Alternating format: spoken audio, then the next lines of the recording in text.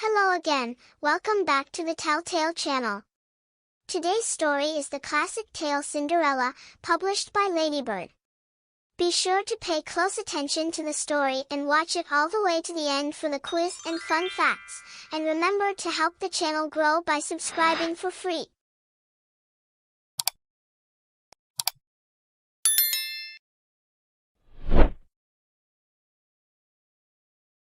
Once upon a time there was a little girl called Cinderella.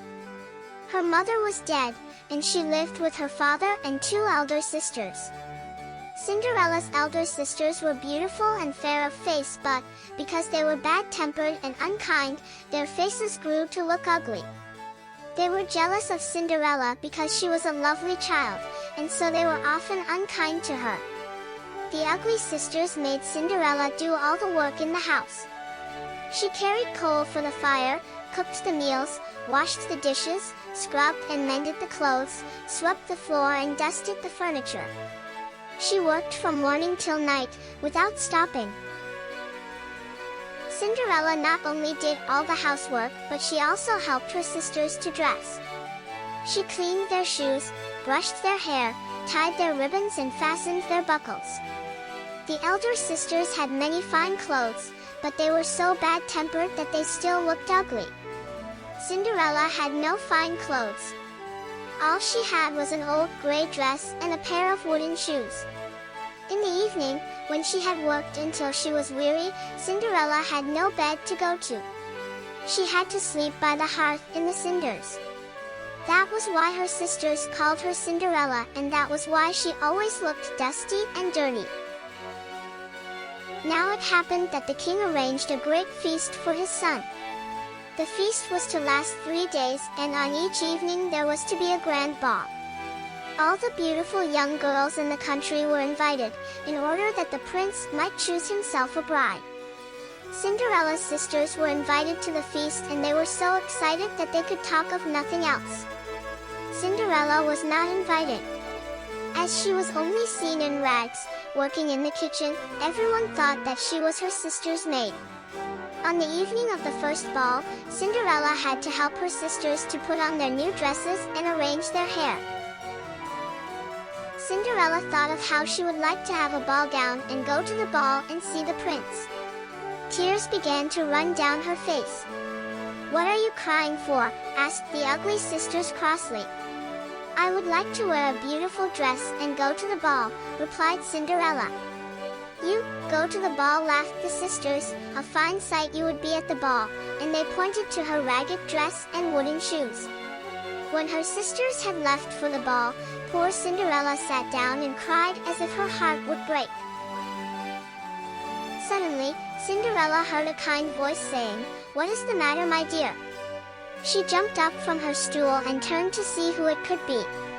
There stood her fairy godmother, smiling kindly at her. "I would like to have a beautiful dress and be able to go to the ball," said Cinderella. "I have never been to a ball, and I have never had a ball gown," she went on, "and I would love to see the prince." "And so you shall, my dear," said her fairy godmother. "Dry your eyes and then do exactly as I tell you." Cinderella dried her eyes and smiled at her godmother.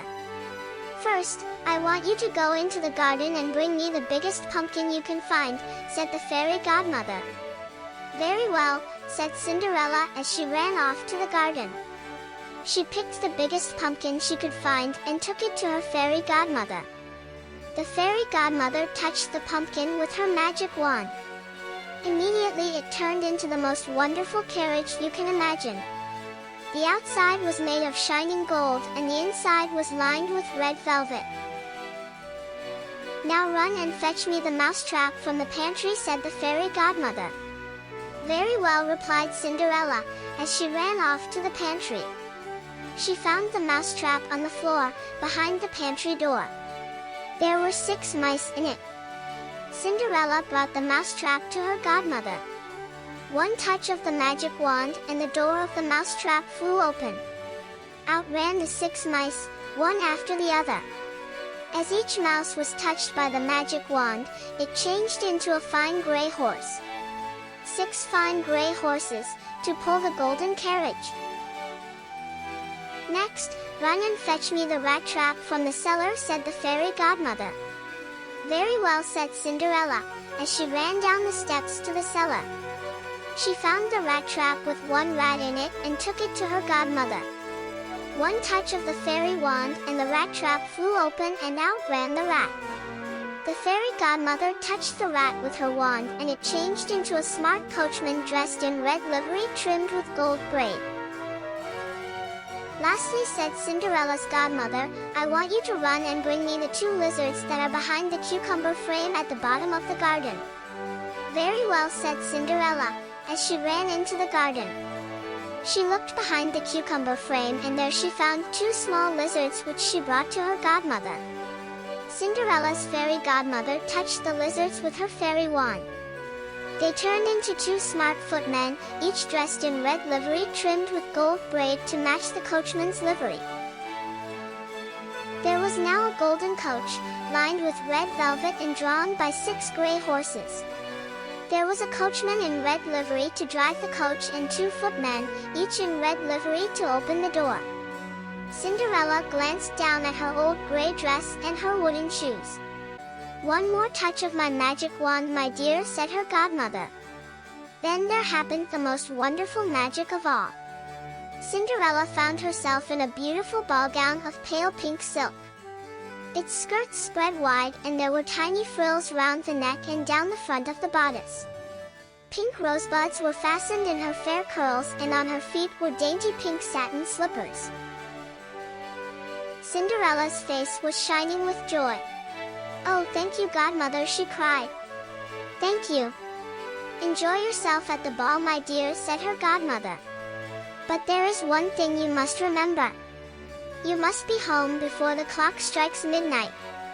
For on the last stroke of 12, the coach will become a pumpkin again, the horses mice, the coachman a rat, the footmen lizards, and you yourself the ragged girl you were." "I will remember," said Cinderella, as her godmother kissed her goodbye. The footman opened the door of the carriage. Cinderella sat down and spread out her skirts on the red velvet cushions. The coachman touched the horses with his whip and they were off to the ball. When Cinderella arrived at the palace, she looked so beautiful that the ugly sisters did not know her. They thought she must be a princess from another country. They never thought of Cinderella, for they believed that she was sitting at home, by the cinders. The prince thought that he had never seen such a beautiful princess. He came towards Cinderella, took her hand and danced with her. All evening he would dance with no other maiden, and he never let her out of his sight. If anyone else came to invite her to dance, the prince said, "This is my partner." Cinderella had never spent such a wonderful evening in her whole life. Yet she still remembered her godmother's warning. At 11:45 she left the ballroom, while the other guests were still dancing. Her carriage was waiting for her and she was driven quickly home. She arrived at the door just as the clock was striking 12. On the last stroke of midnight, the coach became a pumpkin, the horses mice, the coachman a rat and the footmen lizards. Cinderella's ball gown vanished and she found herself once more in her old gray dress and wooden shoes. Cinderella sat down in the chimney corner to wait for her sisters. When they arrived home they found Cinderella in her dirty clothes among the ashes and a dim little oil lamp was burning on the mantelpiece. The ugly sisters could talk about nothing but the beautiful princess who had looked far lovelier than any lady at the ball. They described her gown and her slippers. They spoke of how the prince had danced with her all evening and how he would permit no other man to dance with her. Yet no one knew who she was. Cinderella listened to all this, but she said nothing. On the next evening the ugly sisters went off to the second ball, leaving Cinderella sitting by the fire. No sooner had they gone than Cinderella's godmother appeared again. Just as before, her magic wand produced the golden carriage with its coachman and footmen. This time Cinderella's ball gown was even more beautiful than on the first evening. It was made of pale blue satin, with floating overskirts of pale blue net, embroidered with silver thread. Her pale blue slippers were embroidered in silver, and silver stars sparkled in her hair. Once more Cinderella thanked her godmother, who reminded her to be home by midnight. When Cinderella arrived at the ball in the blue dress, everyone was astonished at her beauty. The king's son had waited until she came, and he instantly took her by the hand, and danced with no one else but her. When others came and invited her to dance, he said, "This is my partner." Cinderella was so happy that she almost forgot what her godmother had told her. When at last she did remember to look at the clock, it was 5 minutes to 12. She left the prince and hurried out of the ballroom as quickly as she could. Cinderella's carriage was waiting for her and they set off at speed. But they were only halfway home when the clock began to strike 12. On the last stroke of midnight, the carriage and horses, the coachman and footmen vanished. Cinderella found herself in her old gray dress and wooden shoes in the middle of a dark, lonely road. She had to run the rest of the way home as fast as she could. Even so, she had just seated herself on her stool by the cinders when her sisters returned from the ball. Once more, all the ugly sisters could talk about was the beautiful stranger with whom the prince had danced. On the evening of the third ball, Cinderella's fairy godmother appeared as soon as the ugly sisters had left. When her godmother had touched her with the magic wand, Cinderella found herself in a gown which was more splendid and magnificent than any she had yet had. It was made of silver and gold lace, which shimmered as she moved. On her feet were golden slippers. Diamonds sparkled at her throat and her golden hair was held high by a dazzling diamond tiara. Cinderella was so delighted that she hardly knew how to thank her godmother. "Enjoy yourself, my dear," said her godmother, "but do not forget the time." When Cinderella arrived at the ball in her dress of silver and gold, she looked so magnificent that no one knew how to speak for astonishment. The prince danced with no one but Cinderella all evening, and if anyone invited her to dance, he said, "This is my partner." Cinderella was so happy that she forgot all about the time. Suddenly the clock began to strike 12. Cinderella was terrified that she would find herself in the ballroom in her old gray dress. She rushed out of the door in such haste that she lost her left slipper. The prince ran after her and saw the slipper. He picked it up and it was small and dainty and all golden. By the time Cinderella reached the place where her carriage had been, it had disappeared and she was in her old clothes. This time she had to run all the way home. The prince looked everywhere for her, but could not find her. He still did not know her name, but he had fallen in love with her and he was determined to marry her. So, the next morning, the prince took the golden slipper to his father the king and said, "No one shall be my wife but she whose foot this golden slipper fits." The king's herald was sent through the streets of the city carrying the small golden slipper on a blue cushion.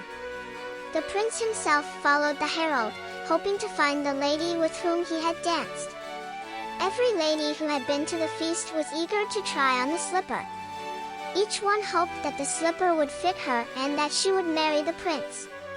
Many ladies tried to squeeze their feet into the slipper, but all their feet were too large for such a dainty shoe. At last the herald, followed by the prince, came to Cinderella's house. Each of the ugly sisters was determined to squeeze her foot into the tiny slipper, so that she could marry the prince. But they both had large, ugly feet. Even though they struggled until their feet were bleeding, neither one could force her foot into the slipper. At last, the prince turned to Cinderella's father and asked, "Have you no other daughter?" "I have one more," replied the father, "but she is always in the kitchen." Then the ugly sisters cried out, "She is much too dirty, she cannot show herself." But the prince insisted, and so Cinderella was sent for. Cinderella first washed her hands and face clean and then went and bowed down before the prince, who gave her the golden shoe. She seated herself on her stool, drew her foot out of the heavy wooden shoe and put it into the slipper, which fitted like a glove. When Cinderella stood up and the prince looked at her face, he knew it was the beautiful maiden who had danced with him. He cried out, "This is the true bride." At that moment, Cinderella's fairy godmother appeared and turned her once more into the beautiful princess. The old gray dress became a velvet gown. The prince lifted Cinderella onto his horse and rode away with her. The two ugly sisters were horrified to discover that Cinderella was the beautiful princess who had been at the 3 balls. They were so angry that they were pale with rage. At the palace, the king was glad to welcome his son's bride. He arranged a magnificent wedding for the prince and Cinderella. All the kings and queens, the princes and princesses in the land came to the wedding. The wedding feast lasted a whole week. And so Cinderella and the prince lived happily ever after. The end. Fun fact.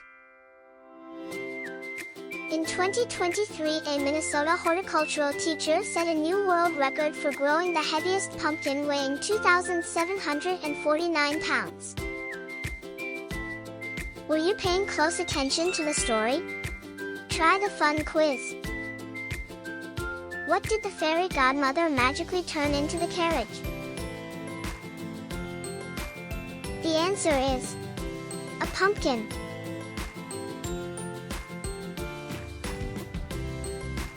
What color was Cinderella's second ball gown?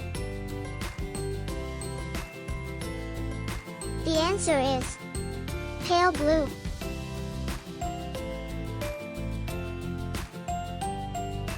What time did Cinderella have to be home before the magic spell ended? The answer is midnight.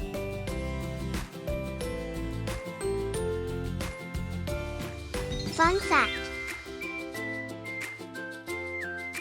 In another variation of the story, Cinderella's slippers were made of glass. Thanks for watching. See you soon. Remember to like and subscribe for free to the Telltale channel and click the notification bell for more stories, quizzes, and fun facts. Check out the channel's playlist for more Telltale stories and fairy tales.